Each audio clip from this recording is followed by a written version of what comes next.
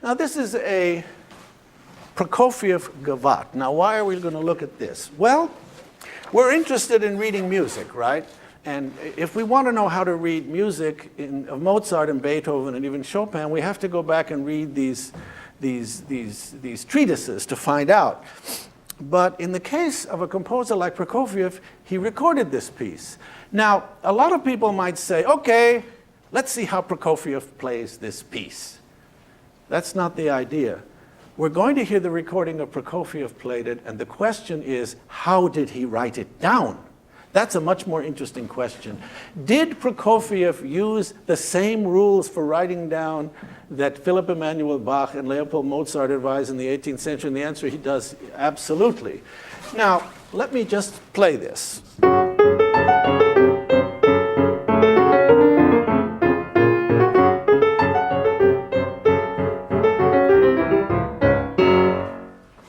Prokofieff, of course, plays it something like this. You can hear him play. He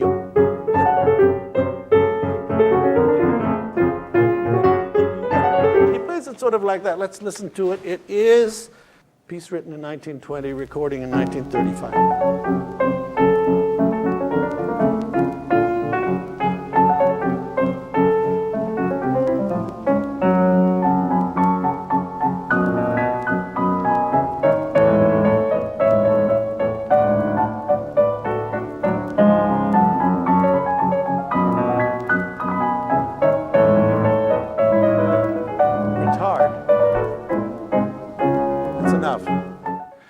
Retard is not there.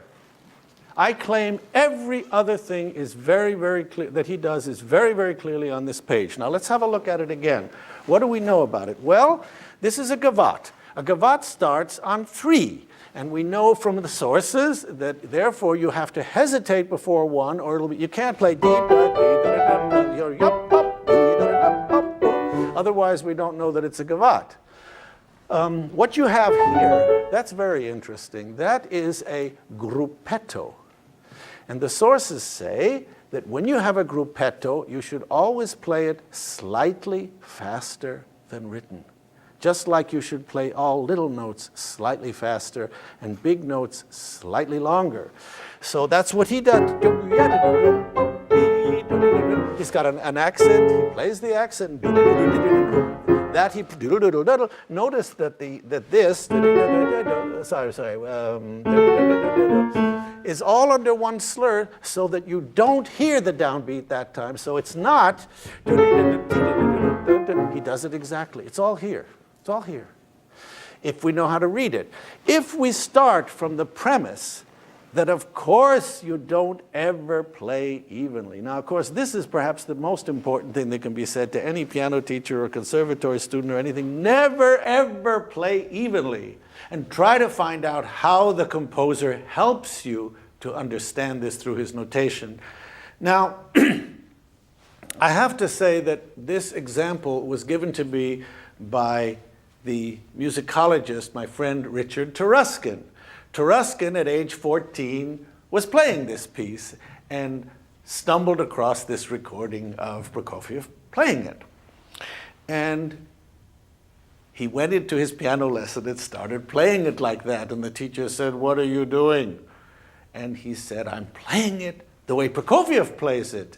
And the teacher said, and this is the good part, "Don't play what Prokofieff plays. You play what's in the score." Now, what would that say about a piece like this?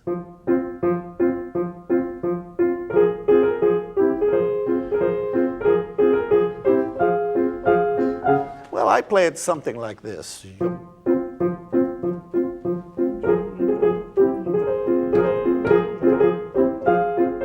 That may not be right. That may not be right, but the other one is certainly not right. And that, I have to try and familiarize myself enough with Schubert that I understand these things, that I can play something, as they always ask for it, characteristically. Now, Bartók is almost more interesting than Prokofieff. Here is this piece, Evening in the Country. It says at the beginning, this is one of those pieces that is a folk song that he made up. It's not really a folk song, you know.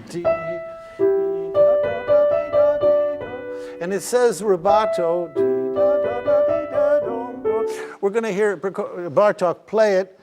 I have to admit that I would not have played with quite the rubato that he uses. Some of his eighth notes are longer than some of his quarter notes. But what's much more interesting is the second line, vivo non rubato. He still follows exactly the same rules. He doesn't play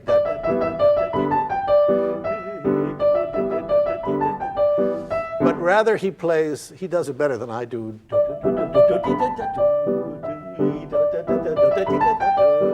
So the gruppetti are still played faster. The dotted rhythm, which is, of course, backwards, he plays the long note longer, the short note shorter, the gruppetti faster, and it says non rubato. Can we have it, please?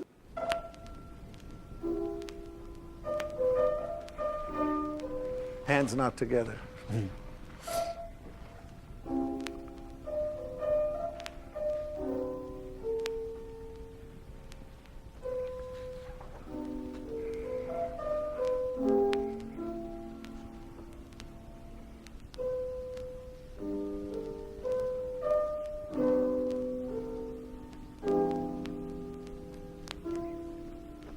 Non rubato.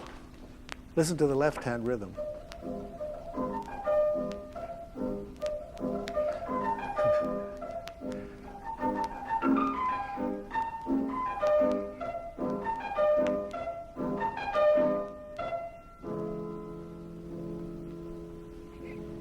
That's enough.